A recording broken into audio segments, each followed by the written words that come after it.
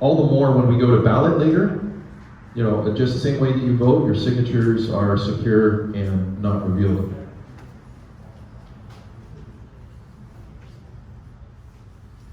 So when did we start? That was around the 4th of July, and we came together. Now, Westminster United, we need to give the proponents a name and kind of a way to do fundraising, and that's how that started. And then different groups came about and said let's at least work together. But I don't know if all of you know this, but the first notice of intent to recall, which is the first step, was not actually written by Westminster United.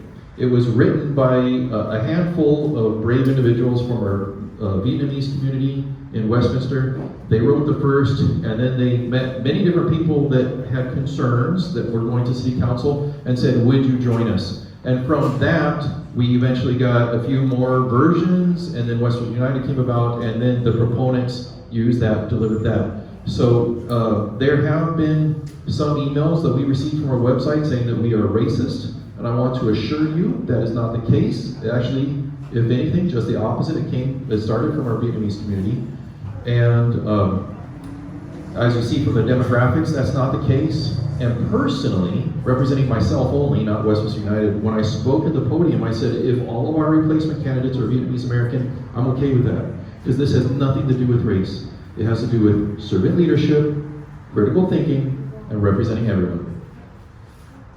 So that is a bit of the background on Westminster United. And to repeat for some of those who just came in, we gave kind of the numbers that we exceeded 11,000 signatures. And for those who just came in, we gave great thank you to everyone that participated and to all the different groups that has helped us here. There are 28 different reasons to recall. Now, there is drama, and a lot of time the press needs to focus on that because you're the press, right? You need to get attention. But there are 28 valid reasons for recall, and all but three of those,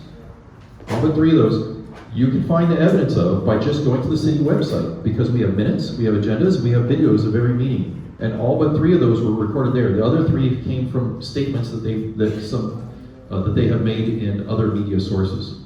So it's all evidence there. And there are a handful of people in this room that helped gather those 28 reasons and to edit those 28 reasons. So to each one, they had their fingers on that. I want to thank you for building that. And it's gone through different iterations. The one you have on your table, on your seat, is the most recent iteration. If you use that one, I'd appreciate it. Thank you very much. So before we get into well, actually, I'm going to jump to major milestones, and then we're going to get back to misleading information and then the 28 recalls. So let's talk about major milestones. So after the notice of intent to recall was submitted, it needed to take time to get approved by the city clerk. And while it was with the city clerk, two articles came out in a very well-known Vietnamese online media that said, we started circulating this too soon. That is illegal to do. And they said, we're going to call the DA, that's the district attorney, and he's going to investigate this. And they only wrote it in Vietnamese.